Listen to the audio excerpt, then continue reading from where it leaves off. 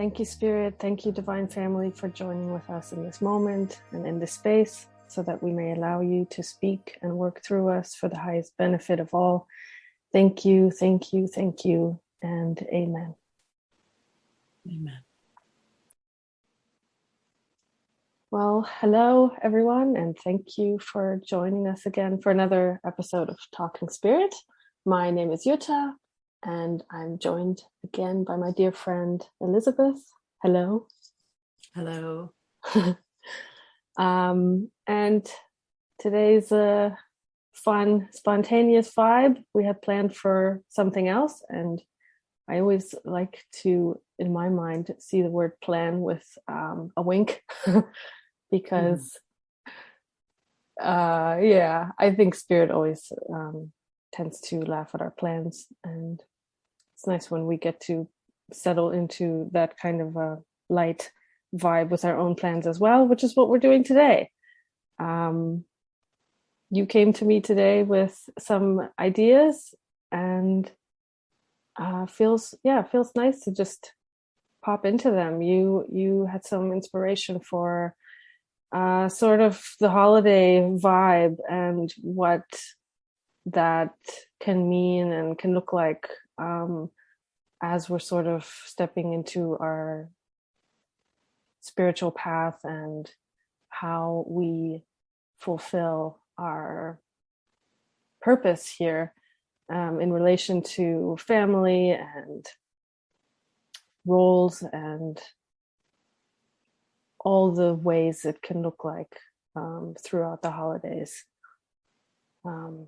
So I don't know if you want to pop in and share some of your inspiration. Sure. So my experience has been that the spiritual journey is about really all of it getting fleshed up into awareness. So, for instance, the idea of a time that people generally would go to bed or wake up and those kinds of things, those have been all pretty much blown up in my universe. So, I woke up at 1 this morning and hung out in bed for a little bit. And then the next thing you know, the body's up and going to have a bath. And so my day started quite early today, which can often be the case. And often I go for a tub, and that is often where the guidance starts coming in. So, the forms and structures of how I used to do my life are very different today. And, life, as we talked about last time with practical application, in my experience, it's just been about moment by moment, what am I to do? Not this big future planning. We talked about a possibility for a day to do the recording and some topics. And then the Spirit comes in, as the Spirit does when it's right to redirect us. So this morning there was this sense of some of the topics that we had kicked around being useful and helpful. And at some point we will go over them and share them likely. But today what felt really present was the sort of burdensome nature of planning and holidays and a personal responsibility. Those kinds of things were all floating around in my mind this morning as I was in the tub. And my experience has been that the holiday season, no matter how you celebrate or what are the celebrations of your particular country or belief system or whatever, that a lot of people have a lot of expectations of what they want those things to be like. A coming together, a sense of community, a sense of joy and peace and harmony and gift giving and gratitude. And often our fantasies for that don't match up with how we're actually feeling internally. And so a lot of people that I've walked with in my own path and that I've facilitated have to face those hard facts. And when you and I spoke this morning, you said, I really don't have a lot of stuff in my story, so to speak, around holidays being challenging. And that is true for a lot of people. A lot of people, it doesn't bring up difficulties, but for many, it becomes a real pressure cooker and a place of, again, expectations that aren't met or fights that happen. And there's this idea it shouldn't be this way during a holiday or whatever it is. And So that was really present this morning in the tub. And so, yeah, that's kind of how we got here today. So, Right.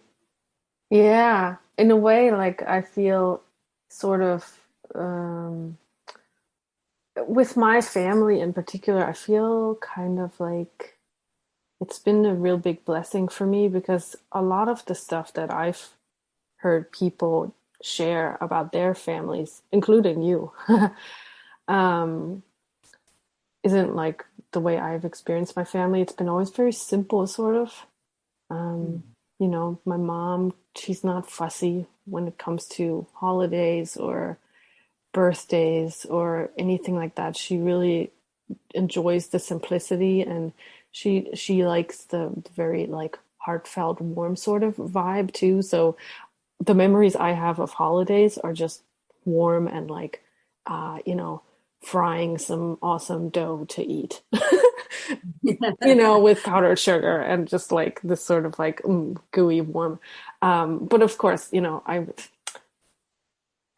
no family comes without difficulty. So I don't want to say that, you know, it's been perfect here, but, you know, it's been also different for me because my most recent journey hasn't at all really been with family. So holiday times and those kind of energetics that can happen there with the expectations and stuff like that you were sharing, um, I got to sort of experience some of that when I was in spiritual community, and you know, just getting a very different experience of those times. At certain times, you know, it was almost like a thought that, well, there's no holidays, you know, it's not a big deal, it's not nothing special, so we're not going to focus a lot on it. But there were also times where it was just used for extra warmth and love and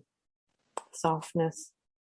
um yeah, but it's interesting, you know, what you shared too about this moment to moment guidance, because that's sort of been one of the big topics I've been sharing a lot as well, and being very authentic with whatever experience is actually occurring versus um, caking on some kind of spiritual teaching when that's not really your actual experience. And I think that was one of the things you were inspired by as well, mm-hmm. around, you know, times with family. Mm-hmm.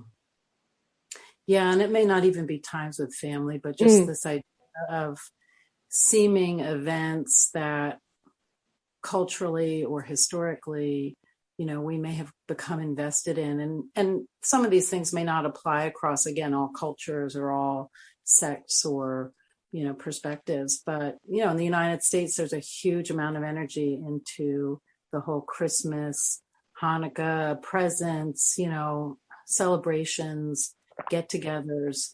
And, you know, my experience has been that a lot of the people I've worked with, there was all of this, like, we're not dealing with our mental and emotional state all through the year with really big seeming symbols of our lives. And then we come together for one day, you know, and a lot of it gets brought up to the surface, you know, fighting about a menu or who's going to bring what or whose house is it going to be at, or did I give enough in the way of gifts or acknowledgments, or I don't have any money, but I feel like I have to overextend myself financially because, you know, what about the kids? You know, we have these unconscious drives potentially that are happening all the time that we kind of sweep under the rug and sweep under and sweep under. And then comes a mm, so-called event like a Christmas, and it's up to the surface. You know, the parent that has neglected the child all year long with workaholism and all of a sudden wants to make up for it on the one big day of the year. You know, not as a judgment of those things, but these are the kind of real life seeming circumstances that people find themselves in. And again, we often have, in various ways, and it may not be holiday and it may not be the specific example, but where we may show up with expectations and hopes and dreams and fears. And these seeming events, maybe it's a wedding environment for somebody else, you know, mm, maybe it's going off to college is the big event, you know, where you face your fear of letting go of your child, or your concern that they're not going to make their way in the world, or you face your empty nest of being left with your partner and you haven't really connected in 20 years of life. We're just using this as an example of the cauldron of life that is there potentially in any moment.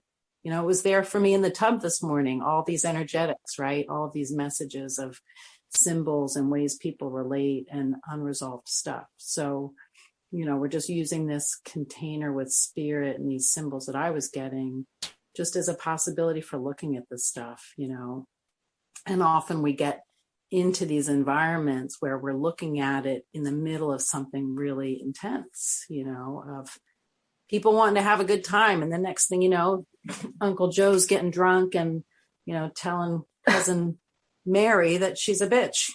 This is the stuff that happens in some environments, and then everybody leaves the party and it's like, oh, another year where, everything went down. And, I've heard those stories of trauma and drama over and over and over again. And I've experienced them myself. I grew up in an alcoholic family where every Christmas was a bit of a mess. And, I had to be divested of those images and those stories and those beliefs over and over again, until I got to the point where one year, relative to the idea of a Christmas, I was with a partner of the time, and he said, hey, why don't we go up to Nova Scotia for Christmas? And we went and had a little chalet on the Mercy River. And boy, that was mercy. We had a beautiful day. It was 70 degrees. It was sunny and gorgeous. And there was none of the usual stress. And it was a day that was truly feeling like Christmas. Like I felt the Christ within that day. And I had the symbols of it in my life in a way that when I wasn't listening to my inner guidance, I didn't experience, right? I got the hell rather than heaven when I didn't listen. Yeah. So, it's just, again, it's this kind of idea of where's our allegiance? Where's our alliance? Is it within to the light and to the guidance, or is it to the forms and structures and expectations of the world? It's a big question. And when we practically, as you brought up last time we did this, practically speaking, how do you deal with it if you found yourself overriding your guidance that said, don't go to that office party? Yeah. Don't do it. Don't put yourself in that environment. Not because there's a bad thing, but it's not right for you right now. But you go and you find yourself in the middle of office politics and you feel really bummed out by the end of the night, whatever it is, right?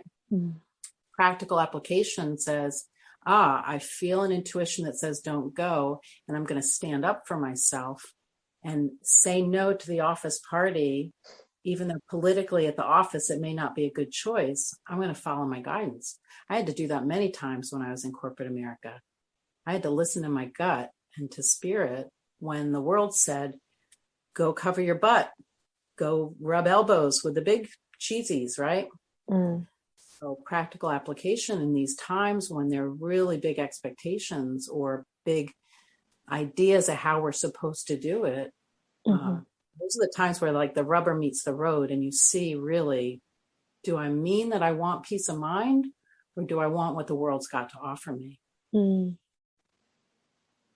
Yeah. Yeah.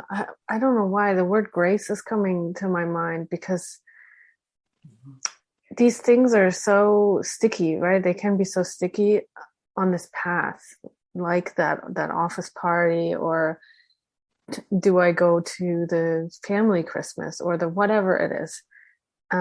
But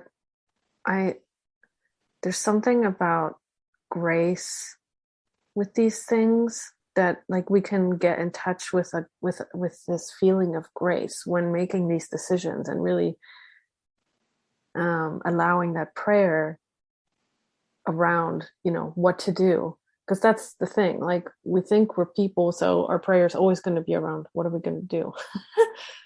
maybe we would want to say, oh well, I just want to be happy, and that's my prayer.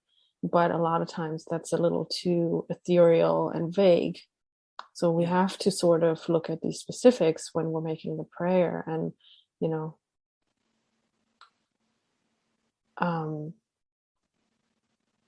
yeah, I don't know, like something around there's no right or wrong with any of these things because maybe sometimes it is like you really don't actually want to go, but the guidance is that you are to go because there's some other lesson or some other gift that you get to bring, because I think for me, I actually, it was sort of a surprise to me that I was coming back to Germany after so many years.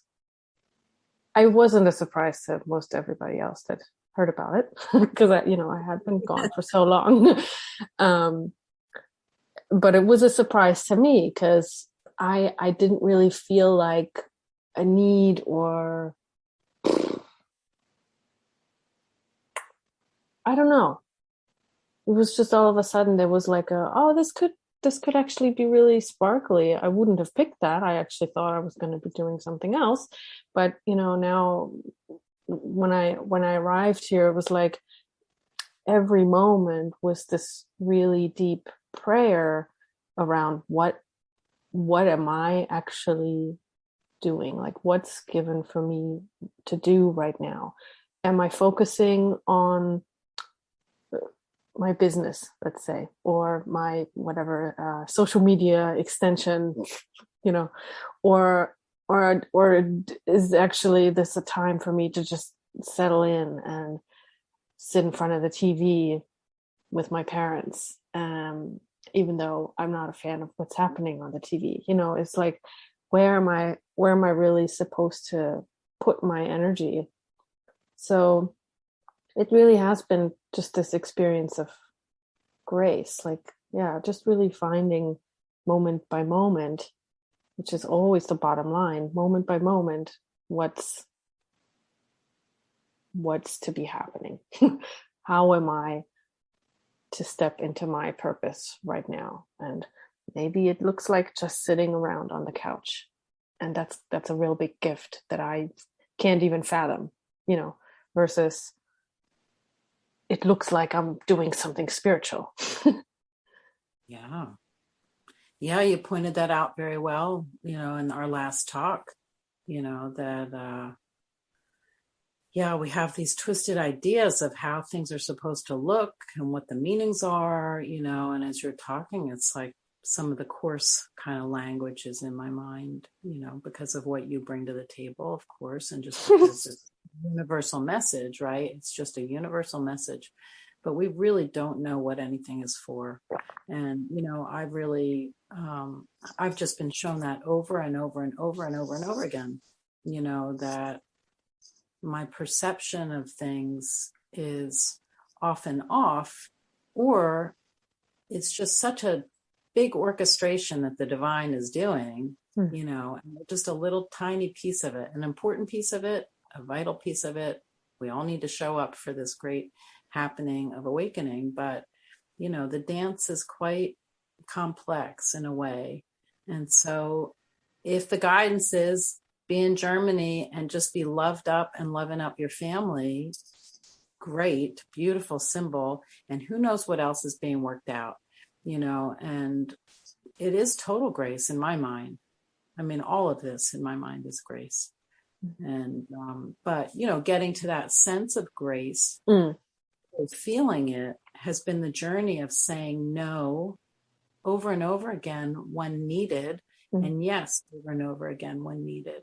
And for the concept of the holidays, I remember, I think it was Thanksgiving. My father's birthday was often a day before or after or on the day of Thanksgiving. And he loved Thanksgiving because for him, it was really a true celebration of giving and coming together. And it wasn't about the presents and the material kind of nonsense that he felt he had to play a part in. And also it was around his birthday. So it was usually quite jolly and happy to celebrate that. And I think it was that holiday, or maybe it had been Christmas, I was guided not to go home. And my family was a bit of the you show up for the holidays. It was just sort of a conclusion, you'll be there. And there was this one year where the guidance was so strong not to go home. And my father cried. My dad wasn't a crier. My dad was a tough guy and a lawyer and a logical this and that kind of guy. And he cried and he understood it because I was breaking patterns. Mm. I was breaking dysfunctional patterns within my mind and within my energy and within my family. And it was extremely difficult. My dad was like a great friend and an ally, and also, part of the dysfunctions in my mind. And as you said earlier, it's like it can be really twisty, jumbled up, confusing, sticky, and, extricating ourselves with the spirit extricating us, right? We have to say yes when we get the guidance. We have to say, hey, I'll follow it. The spirit is the one directing us, but on a certain level, we got to let go and let God, as I said, right? And so, we're not talking just like, oh, I've decided to turn my life over to spirit and I feel great. No, I've turned my life over and I have to now stand up to these seeming situations and seeming symbols and seeming relationships and parents and jobs and employers and find my way through that thicket with the spirit back to my right-mindedness. That's not like, ooh, I'm just turning it over and I'm just going to sit back and watch it all unfold. No, it's like, I'm going to say, because I'm not supposed to go home this year, I'm going to say, no, I won't be there. What do you mean you won't be there? Well, I'm not coming. And next year when I went home, I got hit by a family member. What are you doing here? They said to me. What are you doing here? I think I was called the prodigal son for coming back home the next year. Wow. That's a pretty strong symbol to deal with, right? Of my mind, and of, am I going to really trust guidance, or am I going to believe that I've done something wrong last year by not going home?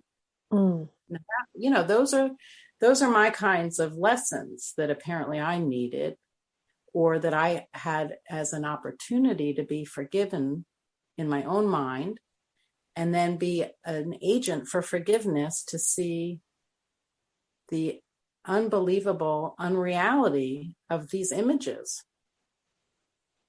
right? These stories are pernicious in the mind. They're really deep in. And so, again, choosing to walk on the spiritual path, it is a deep dive. We said that last time, right? Yeah. It's a deep dive. And people think, oh, well, it's just Christmas, it's just a holiday. I shouldn't be feeling this way. I shouldn't be feeling bummed out. I've heard so many people in my journey say, my kids never called me for Christmas. I'm devastated. I never heard from my child. They never sent me a Christmas card.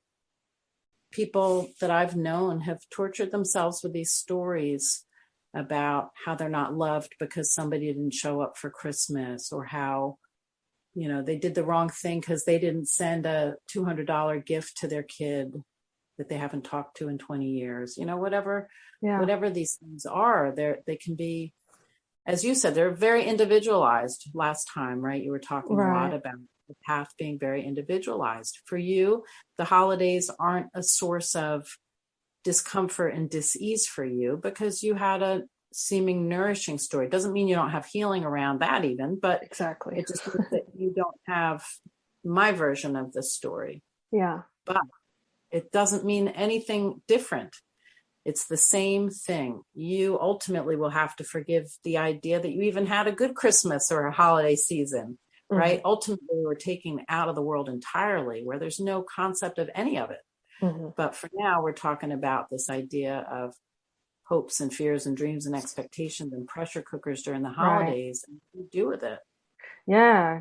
It's almost like all of a sudden you're just faced with all these ideas about yourself and who you think you are and who you maybe should be, or what you think other people think you should be, or how they think they know you and themselves, and these constructs that they're like very shaky, right? Like you just put a finger on them and they just kind of want to crumble, but there's such a fear of them crumbling because what's left when they're no longer there.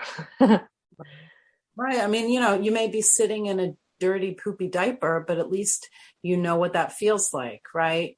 You may be saying, wow, I want a fresh, clean diaper on the one hand. And then when somebody comes to take your dirty diaper off, it's like, no, I like this. It's warm and squishy. It feels good, you know? So Safe. it's like, yeah, totally. And so there's this real like gentleness and forgiveness of ourselves for like the push pull. You know, we keep going back to the well that's dry. You know, let me try one more time to see if these people will like me. You know, it's I've been through these dynamics left, right, center, upside down, and all around, trying to turn myself into a pretzel to understand how to get it right. You talked about getting the form right of our spiritual path. Well, we can try to get the form right in our relationships in every single way possible, right? And there comes this point where the spirit gets through and we go, oh gosh, I just have to drop this. You know, there's no fixing the form here of my life, of my body, of, you know, my job, my kids, whatever. The only thing I can be responsible for, back to this idea of personal responsibility, there's a little message of that in the beginning of this. I have nothing of myself that I can do in any way, shape, or form to be moving through this seeming experience in a way that's going to do me any good. The only personal responsibility that does me any good is how I direct my mind. And it's grace, as you said. It's total grace that we get our minds directed back to the light. And everything else is a distraction, and everything else is meant to spin us out and confuse us. Yeah. So practical application, personal responsibility for making a great holiday is burdensome. Personal responsibility for thinking I got to show up for X, Y, or Z person or function or situation, it's the death wish. It's hell on earth, right? And being told that, you know, years ago, that was like, oh my God, quantum physics on, you know, steroids. That seemed like such a mind bender. Because we've been so indoctrinated with these ideas. The programming was long before we seemed to show up in this life. Very true. Being extricated from it it's no small thing. Yeah. And so, you know, for those in the holiday season having trouble, take heart. Take heart. Say. Well, it's really interesting, right? Like with these kind of times in the year, things really do kind of get pushed into our face. Like you were saying, like all this stuff, all these dynamics, they're there all the time. And then we get to these holiday times and all of a sudden we really kind of have to face them, or it's an opportunity to face them. And in a way it's pretty cool, right? Like if you can really look at these times as almost like maybe like you're in a video game. And you're just getting to a boss level. You know, I don't know if you know that, like sometimes in video games you'll get to a certain level and it's you kind of come up to a pretty difficult character to fight. and you'll get very big rewards at the end as well. And so these times are almost like this boss level, and it's not, we don't have to make a big deal out of it. It's more just like having that awareness that this is very rich, and, you know, and to kind of bring even more self-compassion to these times because they may be difficult, but to just keep going, keep putting that foot in front of the other, and just taking it a moment at a time. And if it does feel, you know, like you're feeling the guidance to join in with the family for the holidays, and you're just sitting there at the table and it's like, you're in your head, just like, what are these people talking about? What is happening? Like, what am I even doing here? There's no depth here. There's no real purpose to coming together. It feels so superficial, whatever the thoughts might be. Like, it's not even that anything has to change in that situation. It's just for you to be present and see what's happening. It may just be for you to be a space holder and take it all in and watch your thoughts and feel the feelings and the discomfort, and it may give way to a complete sense of non-judgment around what's happening, and you'll be left with this pond of love for the family who you realize needs to not change at all, actually, for you to be happy. So there's just like when you shared these ideas with me earlier, I didn't really realize how rich actually this time is for just opening up to grace, actually. Yeah. And for, as you said, big mind watching. I was having this remembrance when I was at the end of a relationship. I was living in Manhattan on 34th Street, Miracle on 34th, working for Macy's in their planning division. And it was like this relationship I had been in was just, it had spun a few times around, the toilet bowl. And, I couldn't get out completely. And I was back in for some reason. And I remember knowing so clearly it was over. And for Christmas, I bought like a $400 leather, like Gucci briefcase for the guy. It's like, I saw myself doing it, right? I mean, sometimes you just have to watch the way these patterns are going to play out. And, it was like, I just needed apparently another big dose of the insanity of seeing, myself do something that made no sense whatsoever, that was just like, yeah, I mean, I watched it, I saw it, I still gave the gift, the whole thing, like as if I was going to somehow be able to buy something that would fix it, like that a briefcase was going to somehow, bring it all together again, and I have such love and compassion for myself for those kinds of experiences at this point. But boy, at the time of seeing those patterns unraveling, it was so painful. It didn't have to be, but it was, because I, felt very judgmental of myself at that time. I wanted to have healthy relationships and I didn't know how to, it's just, there was so much driving the train forward, that was really a lot of unconsciousness. And so, as we do get the wake up call, we have to sit, as you said, sit with the feelings, sit with what we notice in our mind. And, as you mentioned last time, luckily it is a solitary journey, but we do seem to have helpers come along and they lighten the load with us. So if you're somebody who's, having these kinds of difficult holiday journeys historically, find a friend, whether that is in your church, whether that is, in some 12-step arena, whether that's on Facebook groups, there is help to support you through looking at this stuff. Because on the other side, as you said, when you go to the boss level, on the other side is this ocean of grace that becomes a more lived experience. It's no longer a concept of, oh, there's grace in the world and, grace in my mind and light in my mind. No, it actually starts to be your experience. So, yeah, it's just really, it's so important. And thank you for last talk, really bringing in that encouragement.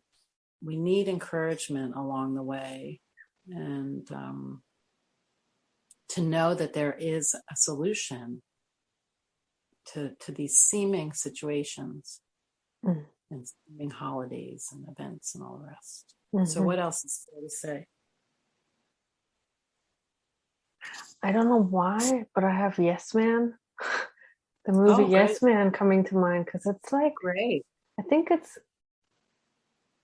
maybe it's a time to rewatch that, because that, that movie is such a perfect portrayal of what the spiritual path can look and feel like, and especially in relation to other people. And there's so much yes saying in the beginning, and it's so good to get into that yes flow. And I think that's like a really good phase that we all enjoy in the beginning of getting to know the spirit that actually is supposed to run our life. That kind of yes flow is so helpful in the beginning. And then, we get further down the road and getting deeper into this sort of relationship healing and the family healing. And it's not always going to be a yes anymore. And yet every time you have to say no, like, your example of the office party, not going there, or not going to your family for that one Christmas, you're actually still saying yes to the spirit. And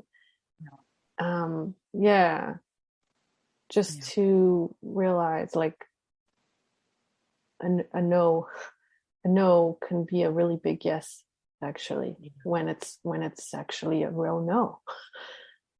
So just kind of, like you said, like the encouragement that it's really, it can be sticky, but it's all worth it. Like, keep doing what you're doing, and really, like, have this prayer in your heart to just hear the spirit, hear the guidance, or just to keep going. That if you're on the spiritual path already, you're listening to this, you're already on it, and that there's a deeper purpose to your life than what it looks like on the outside and what other people might see on the outside. But they're all just characters in your awakening. And it's about what you do, and you being authentic all the time is going to be like the biggest gift that you can give to anybody.